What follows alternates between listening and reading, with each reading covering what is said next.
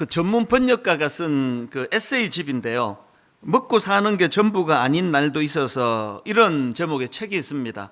저는 이 책에서 아주 그 영어 표현 하나가 이제 마음에 이렇게 딱 각인이 된 표현 하나를 배웠습니다. Fair weather fan. 이런 그 표현을 제가 이제 배웠는데요. 이 fair weather fan, 이걸 그대로 직역하면 이제 이 화창한 날씨만 좋아하는 팬, 뭐 이렇게 이제 직역이 되지 않습니까? 그래서 이제 이 그 표현은 이제 스포츠에서 자기가 응원하는 팀이 승승장구할 때만 팬인 사람, 자기가 응원하는 그 스포츠 팀이 승리하고 막 잘 나가고 그럴 때만 팬이라고 자처하는 사람, 이게 그 fair weather fan이라고 이렇게 부른다는 겁니다. 근데 그 책에 보니까 이 fair weather라는 이 표현을 여러 분야로 이게 적용해서 이제 사용을 한다는데요. 예를 들면은 fair weather에다가 이 friend, 친구라는 걸 넣어가지고 fair weather friend라고 하면 이거 뜻인가 하면은 이 저 친구가 잘 나가면은 뭐 가까이 다가가면은 뭐라도 얻을 게 있을 것 같고 그럴 때는 아주 친하게 다가가고 또 친한 척 하다가 갑자기 그 상대방 친구가 어려움을 겪고 잘 안 되고 하면은 멀어지는 이런 친구, 이런 친구가 fair weather friend라는 겁니다. 즉 프렌드라는 겁니다. 저는 이 fair weather fan이라고 하는 이 그 표현을 떠올리면은 그 운동 선수 한 사람이 떠오르곤 하는데요. 그 프로야구 선수입니다. 홍상삼 선수라는 선수인데요. 사실 저는 이 선수를 전혀 모르고 있었는데 최근에 한 작년쯤 된 것 같아요. 그 우연히 그 텔레비전에 나온 다큐멘터리를 보니까 이제 이 선수 이야기가 나오는 겁니다. 보니까 이 홍상삼 선수는 고교야구 시절부터 특급 투수였답니다. 그리고 프로야구로 진입해서도 뭐 유망주로 그 손에 꼽힐 정도로 그런 유망했던 선수였는데 불행하게도 이 선수에게 공황장애가 온 겁니다. 그러다 보니까 오랜 세월을 공황장애와 싸워왔는데요. 이 공황장애 발병이 2013년도였다고 하니까 꽤 긴 시간을 참 투병하고 투쟁하면서 그렇게 달려온 것 같습니다. 맨 처음에 이 선수에게 공황장애가 왜 발병하게 됐나, 본인이 이제 이랬을 거라고 이제 짐작하는 어떤 사건이 있었습니다. 그 해에 이제 프로야구 준 플레이오프에 이제 이 팀이 진출을 했는데요. 이게 이제 뭐 결승전이니까 뭐 한 게임 한 게임이 얼마나 중요합니까? 그 준 플레이오프 2차전 때 이 선수의 팀이 1대0으로 앞선 상황에서 이 홍상삼 선수가 이제 구원투수로 나선 겁니다. 이 8회 말이니까 이제 뭐 조금만 잘하면 이제 이길 수 있는 게임이었는데 그날 뭐 컨디션이 좋지 않아서 그랬는지 이 선수가 계속 폭투를 연발하면서 동점을 만들어 버리고요. 그 이후에도 막 계속 이제 이 폭투로 그렇게 마운드를 물러나 버렸는데 문제는 그 다음 게임이에요. 이 며칠 뒤에 이제 다시 이제 게임이 시합이 벌어졌는데 이 선수가 다시 이제 마운드에 오르니까 너무나 상처가 되는 그런 일이 벌어진 겁니다. 이 선수가 마운드에 올랐으니까 자기 팬들 쪽에서는 야유가 터져 나오고 반대편 응원하는 사람들은 막 환호를 보내는 겁니다. 시시한 선수 올라왔다는 메시지를 보내는 거 아닙니까? 이게 너무 큰 상처가 된 겁니다. 이렇게 위축된 상태로 공을 던지니까 뭐 공을 잘 던질 수가 있겠습니까? 그날도 또 계속 폭투를 던졌다는 겁니다. 이게 공황장애가 시작된 출발이라는 겁니다. 그래서 이제 이 연습할 때는 공 잘 던지는데 마운드에만 올라가면은 이게 나 또 욕먹으면 어떡하지? 잘 못 던지면 어떡하지? 이게 이제 계속 이제 그 공황장애로 괴롭히니까 참 안타까운 그런 긴 세월을 보냈다. 이게 그 다큐멘터리에서 나온 내용입니다. 저는 그 프로를 보면서 참 그 가슴 아픈 멘트 몇 가지가 있었는데요. 뭐 이런 식입니다. 홍상삼 선수에게 팬이란 자신이 빛나는 순간에만 함께 해주는 존재였다. 그 참 가슴 아픈 표현 아닙니까? 또 본인도 이런 이야기를 합니다. 잘할 때만 편드는 것이 팬이다. 이게 내게 상처가 됐다. 사실 여러분 뭐 이런 냉혹한 그 프로야구 세계에서만 이런 페어 웨더 팬으로 이렇게 이름이 나오질 않고요. 우리가 살아가는 이 땅 자체가 fair weather fan, 우리말로 그저 달면 삼키고 쓰면 뱉어내는 이런 사람들로 넘치는 데가 이 세상 아닙니까? 이런 점에서 저는 오늘 본문을 기록한 사도 바울이 참 귀하다고 생각하는 게 있는데요. 이 빌레몬스, 신약의 빌레몬스가 있지 않습니까? 이 빌레몬스에 보면은 이제 사도 바울이 복음을 전하다가 로마의 감옥에 갇힙니다. 그렇게 로마 감옥에 갇혔을 때 이 오네시모라는 사람을 만나는데요. 오네시모는 노예입니다. 그런데 이 오네시모는 이 성경에는 나와 있지 않지만 추측컨대 이 노예 오네시모는 이 자기 주인의 재산 일부를 훔쳐서 로마로 도망쳤다가 그렇게 붙잡히지 않았나, 보통 이렇게 추측들을 합니다. 이게 사실이라면 이제 오네시모 인생은 끝장이에요. 아니 지금 막 온 몸을 바쳐 주인에게 충성을 다해도 사람 취급을 받지 못하던 게 노예인데요. 뭐 소 7마리, 또 뭐 그 돼지 뭐 7마리, 8마리, 그러면서 또 노예 몇 개, 이런 정도로 취급을 받던 게 그 당시 노예의 위상인데, 아니 그 주인의 재산 일부를 훔쳐가지고 도망쳤다가 잡혔다면 이거는 뭐 100% 사형감이에요.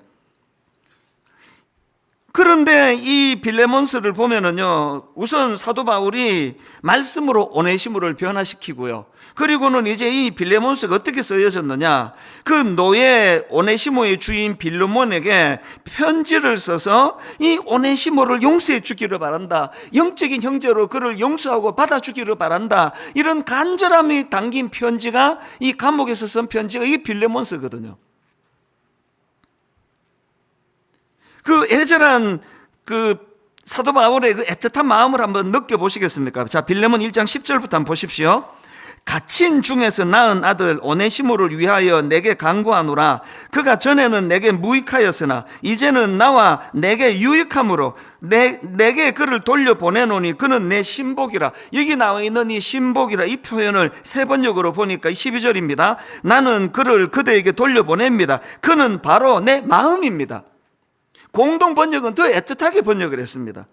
나는 그를 그대에게 돌려보냅니다. 그것은 내 심장을 떼어 보내는 셈입니다. 세상에 평생 노예로 울분이 많고 분노가 많고, 그래서 이제 주인의 그 재산 일부를 훔쳐가지고 도망가다가 그것마저 붙잡혀가지고 감옥에 가 있는 이 오네시모에게 상상할 수 없는 따뜻함으로 이제 그를 떠나보내면서 내 심장을 떼어보내는 것 같다고, 이런 마음으로 자기를 대해주니까 이 오네시모가 얼마나 감동이 됐겠냐고요. 그래서 이 오네시모가 어떤 변화를 일으켰느냐. 자, 11절을 다시 한번 보시겠습니까? 그가 전에는 너에게 무익하였으나 이제는 나와 너에게 유익함으로. 만남의 축복이란 게 이런 거예요. 너무나 사람이 변화가 되고 달라져서 그 무익했던 인간이 이제는 너무나 유익한 존재가 됐다는 겁니다. 여러분, 복음 안에서 참 스승을 만나면 인생은 이런 큰 변화를 경험하게 되는 겁니다. 저는 이 오네시모와 사도 바울의 관계를 제가 묵상을 하다가 신천지에 빠졌다고 하는 청년들이 너무 제 마음에 미안함으로 다가왔습니다. 이 코로나19 과정에서 신천지를 조명하는 그 다큐멘터리 프로그램이 뭐 여러 번 나오지 않았습니까? 저는 그 프로를 볼 때마다 진짜 미안해요. 여러분, 그 신천지에 빠진 청년들은요, 하나같이 잘 믿어보겠다고 애쓰는 청년들이에요. 그 만약에 여러분 아들이 믿음 하나도 없고 빈둥빈둥거리면 100% 안심하셔도 돼요. 신천지에 절대로 안 넘어갑니다. 그 아들은 신천지도 못 건드려요. 이 신천지에 빠진 사람들 보면은 하나같이 잘 믿으려는 사람들. 그 제가 그 청년들이 왜 제가 참 미안한가 하면은요, 만약에 그 자기가 출석하는 교회에서 오네시모에게 있어서 사도 바울과 같은 이런 지도자를 만나고 이런 어른을 만났다면 신앙의 방황이 있었겠습니까? 사실대로 말씀드리면 저를 모함하고 악플을 달고, 제가 들은 바로는 그 신천지에서 조직적으로 그렇게 하는 일들이 있다고 제가 들었지만 양심껏 말씀드려서 하나도 밉질 않아요. 오히려 미안한 거예요. 왜 그렇게 돼버렸냐고. 그래서 저는 정말로 하나님 앞에 기도하면 꿈을 꿉니다.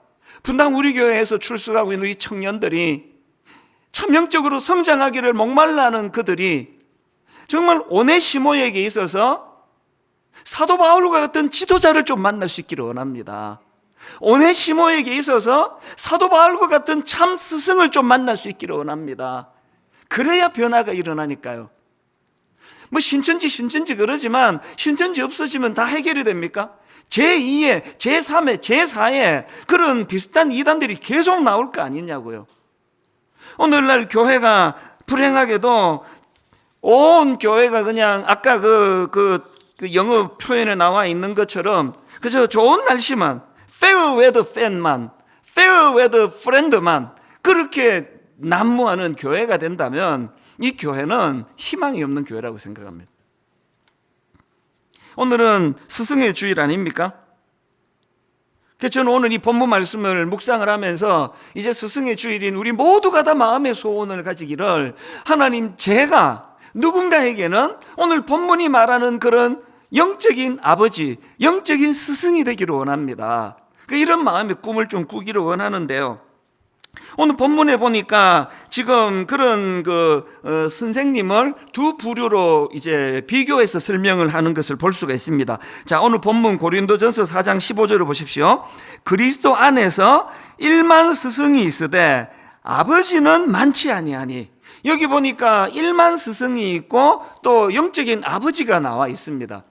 근데 여기 나와 있는 이 스승은요, 교사라는 이런 뜻으로도 풀이가 되겠지만, 그러나 여러분이 여기에 나오는 이 스승에 해당되는 헬라어 파이다고고스라는 단어는 그 당시 주인의 자녀들을 돌보던 노예들을 그렇게 불렀다는 겁니다. 지금 사도 바울이 왜 1만 스승과 영적인 아버지를 비교해서 설명합니까? 한쪽은요, 그냥 뭐 주인이 시키니까, 주인이 우리 애들 좀 돌봐라 시키니까 돌보는 사람이 여기 나와 있는 1만 스승이에요. 스승이라는 번역이 썩 잘 됐다고는 생각이 되지 않습니다. 그냥 건성건성 시키니까 하는 이런 태도가 1만 스승이라면, 여기 나와 있는 아버지는 어떤 특징을 갖고 있느냐? 15절 끝부분에 그 특징이 나오지 않습니까? 그리스도 안에서 1만 스승이 있으되 아버지는 많지 아니하니. 이 아버지는 어떤 사람인가? 그리스도 예수 안에서 내가 복음으로써 너희를 낳았음이라. 아까 사도 바울이 빌레몬 1장 10절에서도 오네시모에게 쓴 표현이 그거 아닙니까? 갇힌 중에서 낳은 아들, 갇힌 중에서 낳은 아들 오네시모를 위하여 내게 간구하노라. 갈라디아 4장 19절에도 이 표현이 나옵니다. 나의 자녀들아, 너희 속에 그리스도의 형상을 이루기까지 다시 너희를 위하여 해산하는 수고를 하노니. 여러분, 그러니까 1만 스승하고 여기 나와 있는 아버지 차이를 아시겠죠? 해산하는 수고가 포함되어 있는 그 스승이 영적인 아버지 같은 스승이라는 겁니다. 저는요, 분당 우리 교회 안에 이런 영적인 아버지 같은 스승들이 많은 걸 진짜 감사합니다. 우리 순장님들 중에 다 그런 분이라고 생각하지 않지만 대부분의 순장님들이 저는 그런 영적인 희생과 수고를 통하여 이 교회를 섬기고 또 순원들을 섬기는 그런 영적 아버지 같은 지도자라고 저는 생각을 합니다. 그런가 하면은 이 주일학교 선생님들 저는 진짜 머리가 숙여져요. 제가 중고등부 사역을 만 10년 해봤잖아요. 여러분, 교회 안에 그 선생님들은요, 주교 교사들은 애들에게 대접을 못 받습니다. 그거 우리 부모들도 반성을 해야 돼요. 이 부모들이 애들 앞에서 주일학교 선생님의 존재를 좀 높여드리고 세워드리면 그렇게 시시하게 보겠습니까? 그러니까 애들이 학원 선생님에 대해서는 요즘에 매를 든다 그러더라고요. 때려도 아무렇지도 않고, 그러게 왜 대학 가는데 도움이 되니까. 근데 이 교회학교 선생님들은 참 어떨 때는 너무 안쓰러워요. 어떤 선생님이요, 이제 수련회를 갔는데, 아이고, 밤새 떠드느라고 잠 안 자는 그 방에 선생님이 같이 배정이 됐나 봐요. 그래서 선생님이 이제 애들 방에 같이 이제 들어갔는데요, 이것들 생각에 다 지들 같은 줄 아나 봐요. 그 나이 때 18, 19대는 그냥 딱 누우면 잠이 오는데 그 어른이 그렇습니까? 그래서 이제 선생님이 이제 한쪽 구석에 누워 있으니까 이놈들이 선생님이 주무시는 줄 알고 막 뒷담화를 밤새도록 하더래. 그게 얼마나 상처가 되겠냐고. 벌떡 일어나가지고 버럭 소리를 지르고 싶었을 거예요. 막 정내미가 뚝 떨어져 가지고 내가 이것들 위해서 내가 시간을 내고 물질을 떡볶이 사주고 그러냐고 그럴 것 같은데, 참 눈물에 제가 우리 교역자한테 그 이야기를 들었는데요, 끝까지 인내하면서 그런 아이들을 품어주는 거, 이게 바로 복음으로 너희를 낳았습니다. 그리고 이게 바로 너희를 위하여 해산하는 수고 아닙니까? 대학부 청년부 리더들도 마찬가지예요. 그 젊은 사람들이 이 영적 아버지의 마음으로 양육을 하는데, 제가 최근에요, 우리 교회 대학부 청년부 교역자에게서 이메일을 받았는데 정말 내 마음에 감동이 됐습니다. 내용을 한번 들어보세요. 코로나가 시작되고 리더들에게 연락이 왔습니다. 목사님, 코로나로 너무 힘들어하는 청년들이 많습니다. 그래서 우리 대청 사역자들이 이러지 말고 코로나 뚫고 찾아갑시다. 가서 위로하고 옵시다. 약 500여 명의 소그룹 리더들에게 코로나 극복 패키지와 간절한 기도를 선물해 주기로 결심했습니다. 그래서 작은 화분과 간식거리와 나눠주지 못했던 GBS 교재와 성경 공부 교재와 저희의 마음을 포장하고 담아 출발했습니다. 그 다음에 깜짝 놀랐습니다. 지금 이 분당에서 출발을 했는데 들어보세요. 분당으로, 서울로, 일산으로, 오산으로, 동탄으로, 대관령으로, 이천으로, 여주로, 강화도로 사역자들이 약 5일 동안 하루에 11시간씩 운전하며 500여 명의 청년들을 만났습니다. 집 앞에서, 회사 앞에서, 그저 사람들이 지나가는 도로 위에서 창문을 열고 잠깐 만났지만 서로 눈물을 글썽이며 그리움과 감사, 기쁨을 나누었습니다. 저는 우리 대학부 청년부 교역자들이 이렇게 애쓰는 게 너무나 마음이 뭉클했습니다. 이게 만약에 그냥 그 노예들 뭐 시켜서 돌보라 그러는 그런 그 일만 그 스승과 같은 본문의 표현으로 그런 싹군 같은 사역자라면 지금 저러의 기회 아닙니까? 뭐 완전히 놀고 먹을 기회 아닙니까? 모임도 안 하는데. 그런데 세상에 11시간씩 운전을 해가면서 일산으로, 대관령으로, 여주로, 강화도로 그렇게 달려가 제대로 만나지도 못하잖아요. 어떨 때는 만나서 창문 닫아놓고 얼굴만 보면서 핸드폰으로 기도해주고 왔다는 얘기도 제가 들었습니다. 저는 이런 참 귀한 해산의 수고를 통하여 사람을 양육하는 이런 좋은 우리 목사님들이 이 교회에 많은 것이 얼마나 감사한지 모르겠습니다. 사실 저는 1만 성도 파송 운동을 선포해놓고 요즘도 발을 뻗고 잘 때가 별로 없습니다. 노심초사 하나 있습니다. 이 1만 성도 파송 운동의 진짜 성패는요, 성패는 이 30명의 담임 목사가 누구가 되느냐 아닙니까? 정말 잠이 오지 않아요. 정말 마음으로 소원하며 기도가 나옵니다. 분당 우리 교회 부교육자 중에 15명의 교육자가 세워지고 이제 외부에서 누군지도 모르는 15명의 교역자가 이제 담임 목사로 세움받게 될 텐데 마음으로 기도하고 또 기도합니다. 이 30명의 모셔지는 담임 목사님 모두가 다 정말 뭐 세월 시키니까 할 수 없이 하는 그런 차원의 일만 스승이 아니라 내가 너를 십자가를 통하여 내가 너를 낳았도다. 이 사도 바울과 같은 목사님들이 29명도 아니에요. 30명 모두가 다 이런 분들이 세워지기를 바랍니다. 그래서 외부에 15명 지금 우리가 청빙하는데 왜 자천은 하지 않고 타천만 합니까? 함께 사역했던 우리 성도님들 중에 야, 이 목사님을 내가 겪어보니까 진짜 이분은 십자가로 사도 바울과 같이 영적인 아버지 같은 분이라고, 이런 분들만 추천받기를 원해요. 마감이 됐는데요, 요새 내가 마음이 너무 아파요. 이걸 우리가 광고를 거의 안 했기 때문에 이 청빙을 모르는 분이 계시는 거예요. 가로놓게 좋은 분이 계시는데 타이밍을 놓쳤다 그래서 이게 너무 안타까워가지고 이번 한 주간 그런 분들을 제가 좀 배려하는 이번 한 주간은 가질 생각입니다. 막 그냥 아는 사람이라고 막 추천하지 마시고요. 진짜 이분은 사도 바울과 같은 영적인 아버지와 같은 지도자다, 그런 분 계시면 오늘 우리 홈페이지 들어오셔가지고 이번 한 주간 안으로 이분들을 보내주시면 아주 상세하게 또 저희가 살펴보려고 합니다. 근데 여러분, 교회가 그 지도자 한 사람이 사도 바울 같다고 좋은 교회입니까? 여러분 모두가 다 일만 스승 같은 시키니까 하는 그런 존재가 아니고 사도 바울처럼 여러분 오늘 우리가 꿈꾸기를 원합니다. 내 생애에 나도 오네시모에게 사도 바울처럼 낙심하고 힘들어하는 그 누군가에게 내가 영적인 아버지 같은 존재가 되기를 원한다. 제가 오늘 이런 마음을 가지고 이제 스승의 주일인 오늘 본문을 가지고 이제 영적인 아버지가 해야 할 일들, 이것들을 좀 같이 나누면서 이 자리에 계시는, 그리고 가정에서 예배 드리시는 모든 분들이 이제 오네시모에게 있어서 사도 바울과 같은 영적인 아버지의 꿈을 꾸게 되시기를 바랍니다. 자, 우리가 진짜 영적인 아버지가 되기 원한다면 첫째로 할 일이 뭐냐? 사랑의 꾸지람을 회복하셔야 합니다. 사랑의 꾸지람. 이게 무슨 말씀인가 하면요, 오늘 보면 14절에 이런 내용이 나오지 않습니까? 내가 너희를 부끄럽게 하려고 이것을 쓰는 것이 아니라 오직 너희를 내 사랑하는 자녀같이 권면하려고 하는 것이라. 이 말씀의 배경이 어떻게 되는가 하면 이 14절 바로 앞에 6절부터 13절까지 사도 바울이 막 고린도 교회 성도들을 향하여 막 무섭게 꾸짖습니다. 막 얼마나 그 꾸지람이 적나라한지. 자, 6절 7절을 보십시오.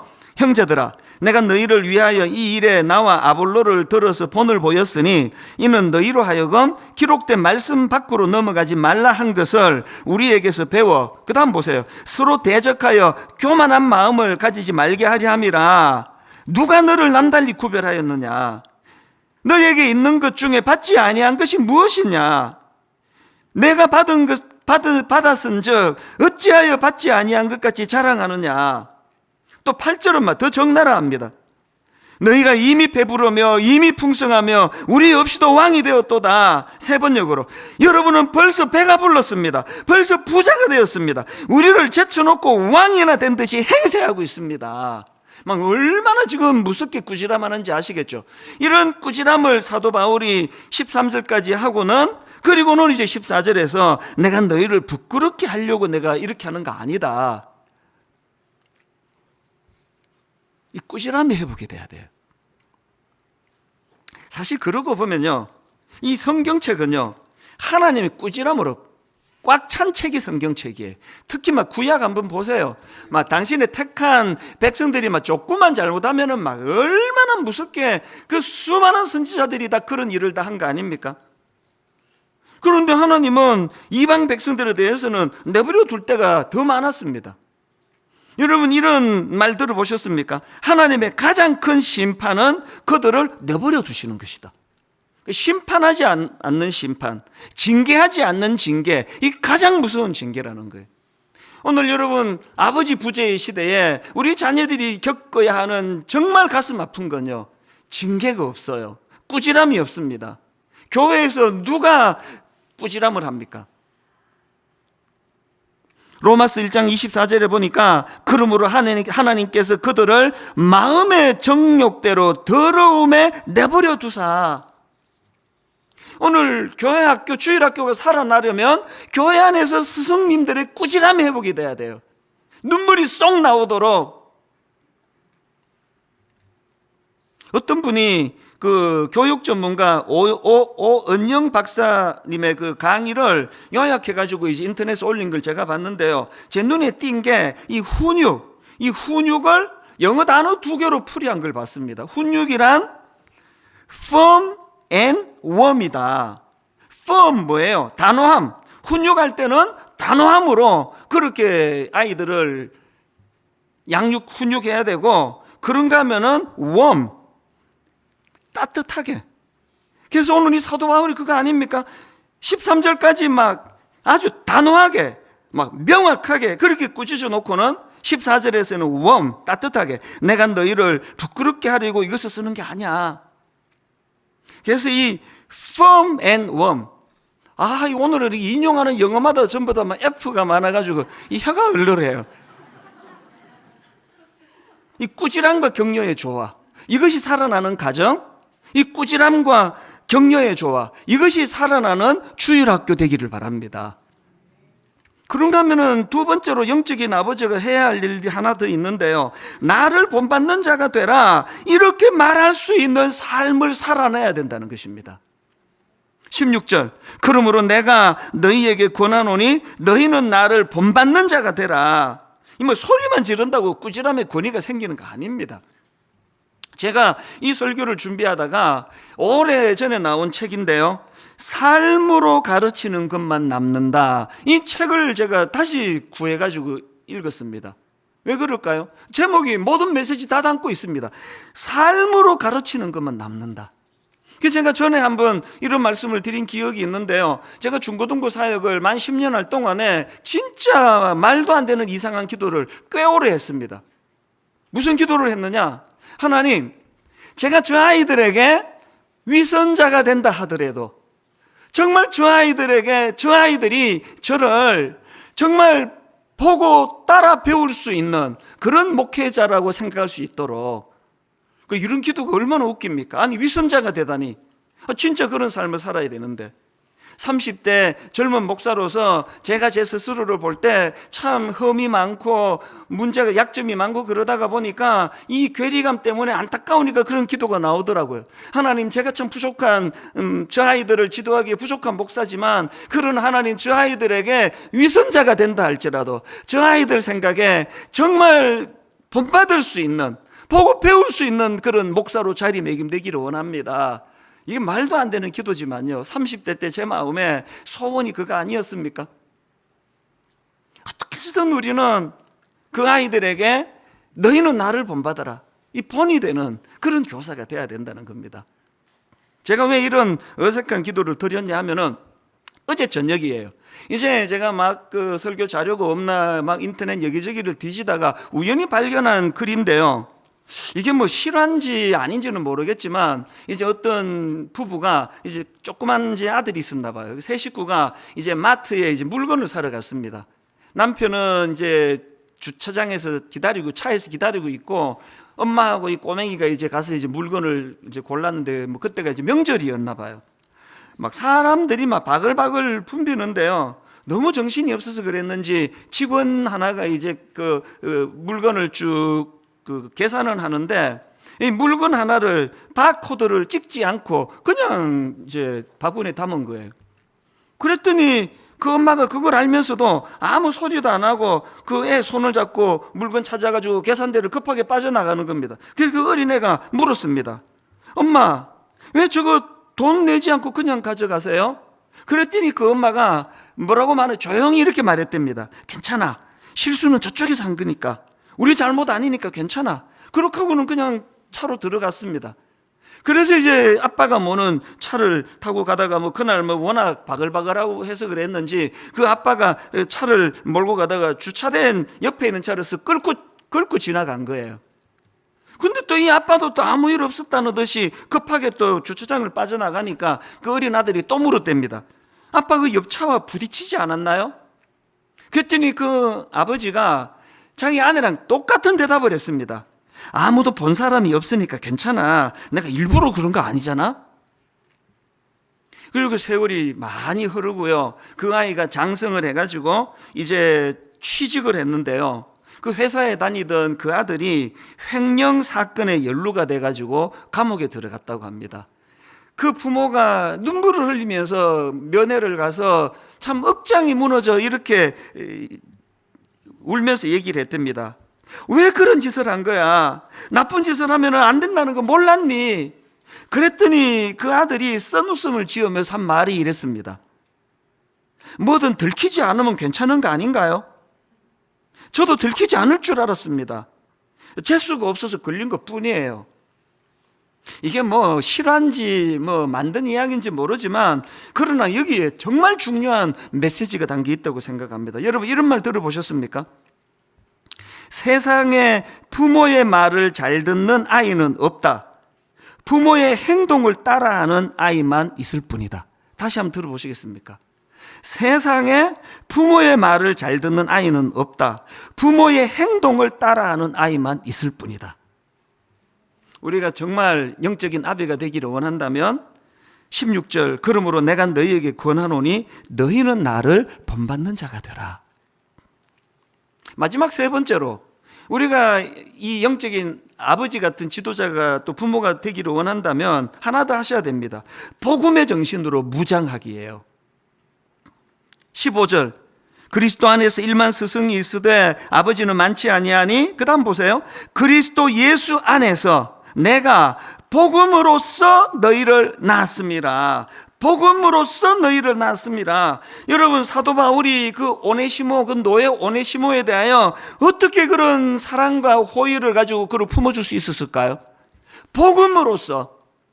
자기는 예수님을 핍박하고 예수 믿는 사람을 잡아 죽이던 사람이었는데 그것을 탓하지 않으시고 꾸짖지 아니하시고 사랑으로서 자기를 품어주신 그 은혜를 경험했기 때문에 사도 바울이 복음으로서 내가 너를 낳았다. 사실 여기 모든 분들이 다 그러리라고 생각하지만 저도 마찬가지예요. 어지간한 건 다 용서가 돼요. 목사니까 또 막 애를 쓰는 것도 있습니다. 그러나 아직까지도 이 문제가 해결이 안 되는 한두 건이 있습니다. 내 믿음과 내 의지로는 이 용서가 안 되는 그 선을 넘어버린 이런 일이 얼마나 내게 상처가 되는지 모릅니다. 그럴 때 제가 지금 투쟁하면서 거의 한 9분응선은 넘었다고 생각을 합니다. 아직도 이제 생각하면 막 가슴이 두근거리고 이런 일이 있어서 대면은 하지 못합니다만 여러 해를 거치면서 긴 시간을 거치면서 계속 제가 그 사건은 내 죽기 전에 해결해야 되니까요. 그럴 때마다 저는 23살 너무나 초라하고 걸어다니는 열등감, 아무런 희망이 보이지 않던 나를 주님이 어떤 사랑으로 나를 거두어 주셔서 내가 이렇게 사람 굿이라고 살게 되었나? 그 은혜의 자리로 돌아가게 되면은요, 용서하지 못할 게 아무것도 없는 것 같더라고요. 여러분, 우리가 사도 바울과 같은 참 영적인 아버지로서 너희들은 나를 본받아라, 막 이렇게 담대하게 말할 수 있는 그런 부모가 되기 위해서는 어떻게 해야 된다고요? 복음의 정신, 복음의 정신. 제가 이 코로나 바이러스가 이제 막 창궐할 때 그 어느 칼럼, 우리 교회 성도님이라고 알고 있습니다. 그 칼럼 리스트가 쓴 글을 봤는데요. 영어로 그 재난을 뜻하는 그 디제스트라는 단어를 풀이를 했는데요. 이 디제스트, 재난이라는 단어는 없는 이런 뜻을 가지고 있는 디스라는 단어하고 또 그런가 하면은 별을 뜻하는 에스트로, 이 둘이가 합쳐져서 만든 단어가 디제스트, 이게 재난이라는 겁니다. 그래서 이분이 풀이하기를 재난이란 뭐냐? 별이 없는 상태가 재난이래요. 무슨 뜻입니까? 칠흑 같은 어둠 속에서 길을 잃어버리는 게 재난이라는 거예요. 제가 그 글을 읽으면서 옮겨 적었습니다. 오늘 우리 삶에서 별이 없는 상태가 재난이에요. 갑자기 직장에서 쫓겨나는 게 재난이 아니고요. 갑자기 지금 무슨 파산을 당하는 게 재난이 아니고요. 멀쩡하게 산다 하는데 내 심령에 별이 없는 상태, 내 심령에 예수 그리스도가 없는 상태, 그래서 내 심령에 칠흑 같은 어둠으로 길을 잃어버린 상태, 이게 재난이라는 것입니다. 여러분, 여러분의 아들이, 여러분의 딸이 영적인 재난 상태에 빠지기를 원하십니까? 예수 안에서 복음으로써 너희를 낳았도다. 이런 점에서 저는요, 오늘 여러분, 저는 주님 이름으로 여러분을 꾸짖으려고 합니다. 심각하게 꾸짖을 거 하나 있습니다. 그게 아니라고 제가 믿기를 내가 원하지만요, 깜짝 놀랄 얘기를 들었습니다. 예배라는 게, 이거 앞에 그 나오는 거 다 다 시시하고 그래서 이제 시간 딱 재가지고 설교할 때쯤에 들어간대요. 그리고 설교가 끝나면은 그렇게 하고 꺼버린대요. 이게 지금 여러분 무슨 일을 하고 있는지 아십니까? 이게 지금. 지난주에 제가 유관한 교역자들을 불러가지고 무슨 조치를 취했는가 하면은요, 이게 지금 이 코로나 바이러스가 임시로 몇 달 버틸 게 아니고요, 이제 이게 장기전으로 가는 일이에요. 코로나 바이러스가 딱 이제 시작을 하고 일본에서 도쿄 올림픽이 7월 말에 있는 도쿄 올림픽을 1년이나 미루었지 않습니까? 처음에 저는 이거 그냥 하여튼 이거 일본 사람들은 뭘 1년씩이나 미루느냐고, 그건 좀 너무 호들갑스럽다 생각했습니다. 그런데 웬걸 최근에요, 1년 미룬 것도 모자라가지고 전문가들이 의논하고 있는 게 뭐냐, 이것 자체를 취소해야 될 것 같다는 거예요. 이게 뭘 의미합니까? 1년이 지나도 이 문제가 해결이 안 될 수 있다는 그 얘기 아닙니까? 근데 정신이 번쩍 들더라고요. 이제 여러분 임시로 잠깐이 아니에요. 꽤 오랫동안 이런 상황에서 예배를 드려야 된다면 어떻게 해야 됩니까? 가정에서 드리는 예배 태도가 여러분 그거 굳어지면 큰일 납니다. 애들이 다 보고 있습니다. 그 내면에 예수 그리스도가 계시지 않는 상태가 이게 재난이라고 한다면 한 1, 2년 그러고 나면 자녀교육 어떻게 하시겠냐고요. 헌금도 마찬가지예요. 이번 주간에 제가 우리 교역자들에게 지금까지는 임시로 하는데 자꾸 그냥 헌금 얘기 꺼내는 게 이게 그래가지고 안 했지만 이게 멀리 보고 있다면 이제는 이거 바꿔야 된다. 그래서 홈페이지 예배 들어올 때 가장 눈에 띄는 곳에 이 헌금 안내를 올려드려라. 다음 주에는 더 상세하게 올려드릴 거예요. 여러분, 제가 그동안 18년 동안에 헌금 설교 한번 하는 거 들어보셨습니까? 이거는 저의 문제가 아니에요.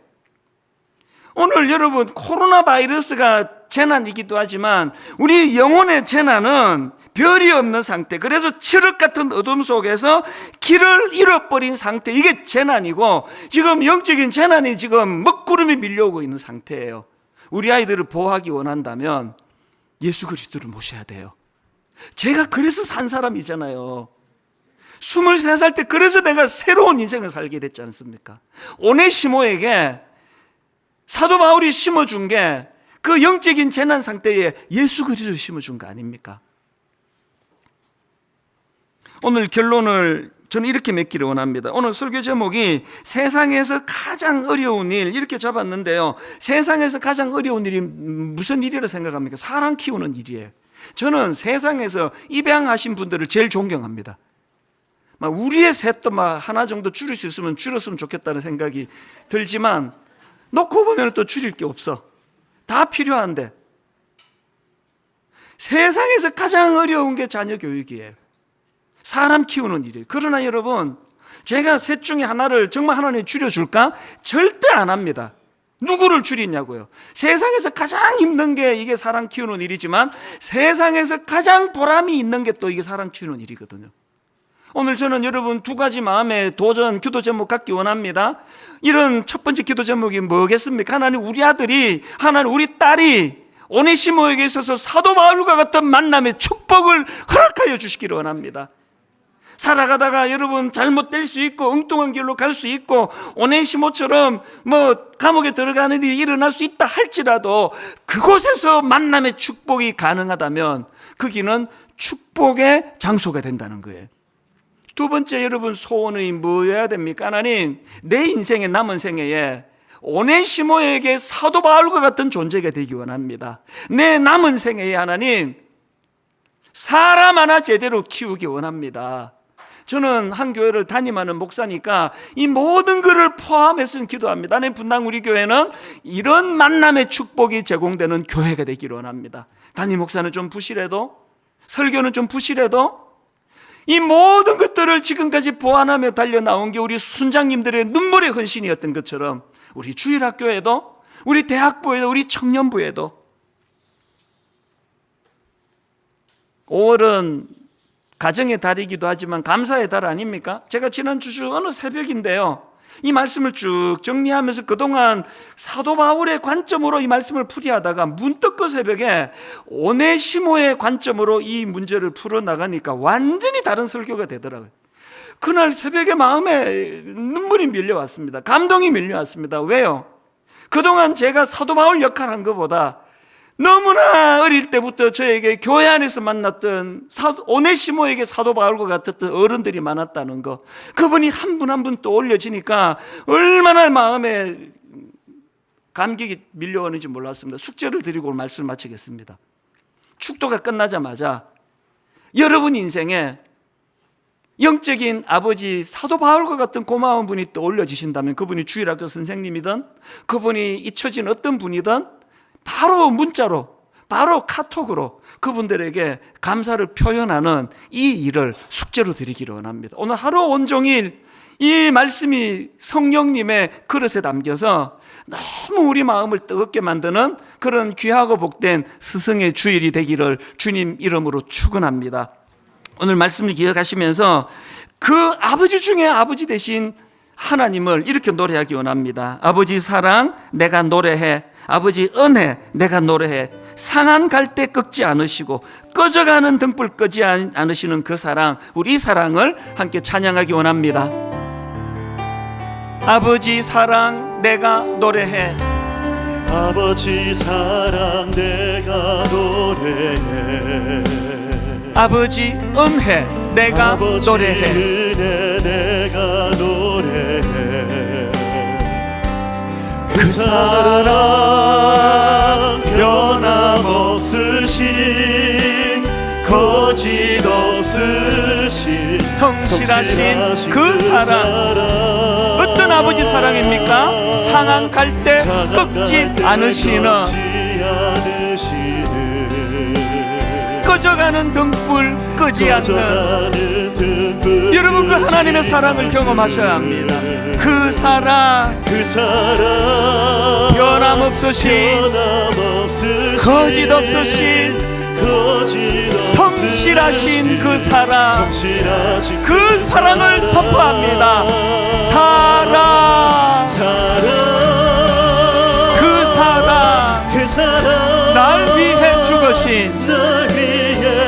날 위해 다시 사신, 예수 그리스도 다시 오실 그 사랑, 죽음도 생명도 천사도 하늘의 어떤 권세도 끊을 수 없는 영원한 그 사랑 예수, 우리 감격에 차 선포합니다. 그 사랑, 날 위해 죽으신, 날 위해 다시 사신 예수 그리스도, 다시 오실 그 사랑, 죽음도 생명도 천사도 하늘의 어떤 권세도 끊을 수 없는 영원한 그 사랑 예수. 할렐루야, 찬양하세, 찬양하세. 내 모든 죄 사함받고 주 예수와 동행하니,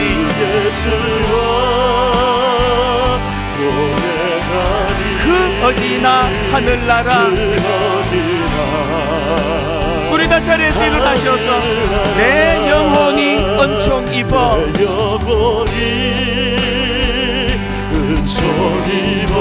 중한 죄짐 벗고보니 슬픔 많은 이 세상도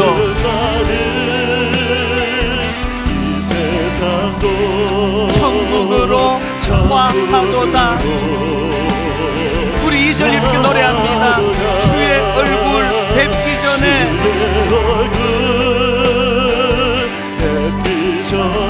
멀리 뵈던 하늘나라,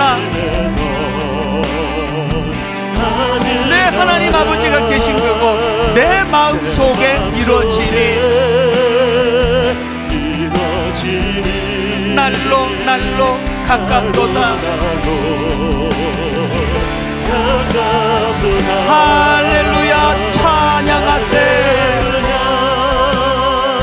찬양하세. 내 모든 죄 사함받고 주 예수와 동행하니,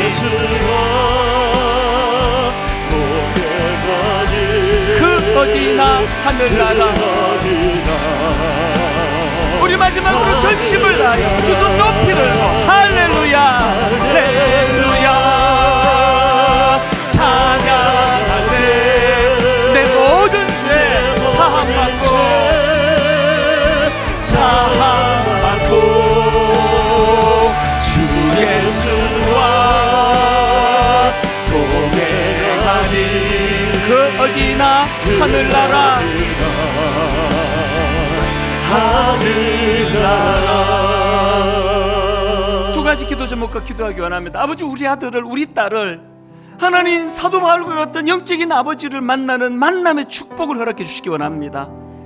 그런가 하나님, 두 번째로 우리 자신이 일평생 살아가는 동안에 정말 한 영혼에게 영적인 아비가 되기 원합니다. 영적인 아버지가 되기 원합니다. 한 영혼을 살려내는 그런 존재가 되기 원합니다. 이 두 가지를 마음에 품고 우리 통성으로 같이 기도하시겠습니다. 살아계신 하나님 아버지, 오늘 하나님 너무나 아버지 이 세상은 삭막합니다. 각박합니다. 하나님 아버지, 오늘 수많은 사람들 신령 속에 아버지 달면 삼키고 쓰면 뱉어내는 그런 시대를 살아가고 있습니다. 하나님 아버지, 오늘도 우리가 하나님 페어 웨더 땡이라고 하는, 페어 웨더 브랜드라고 하는 이런 단어가 아버지 이 세상의 난무하는 시대를 살아가고 있습니다.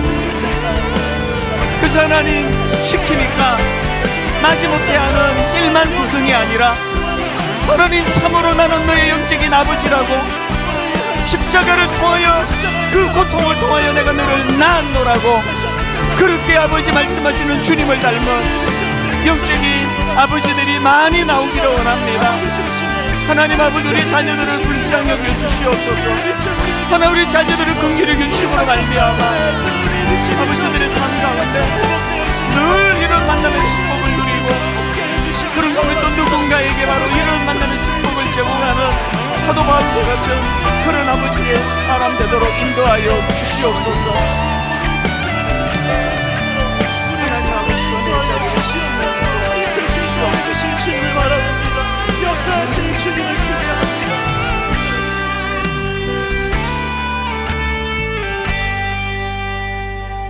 하나님 아버지, 너무나 삭막하고 너무나 메마른 세상, 교회 안에서조차도 조금만 뭐를 잘못하면 내쳐버리고 수군거리고 비방하고 조롱하는 참 가슴 아픈,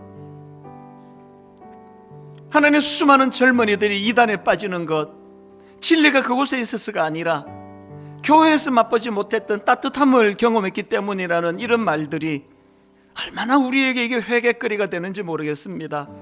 앞에선 담임 목사를 용서하여 주시기 원합니다. 우리 교역자들을 용서해 주시고, 하나님 우리 젊은이들에게, 우리 기성세대 어른들이 회개의 자리로 나가기를 원합니다.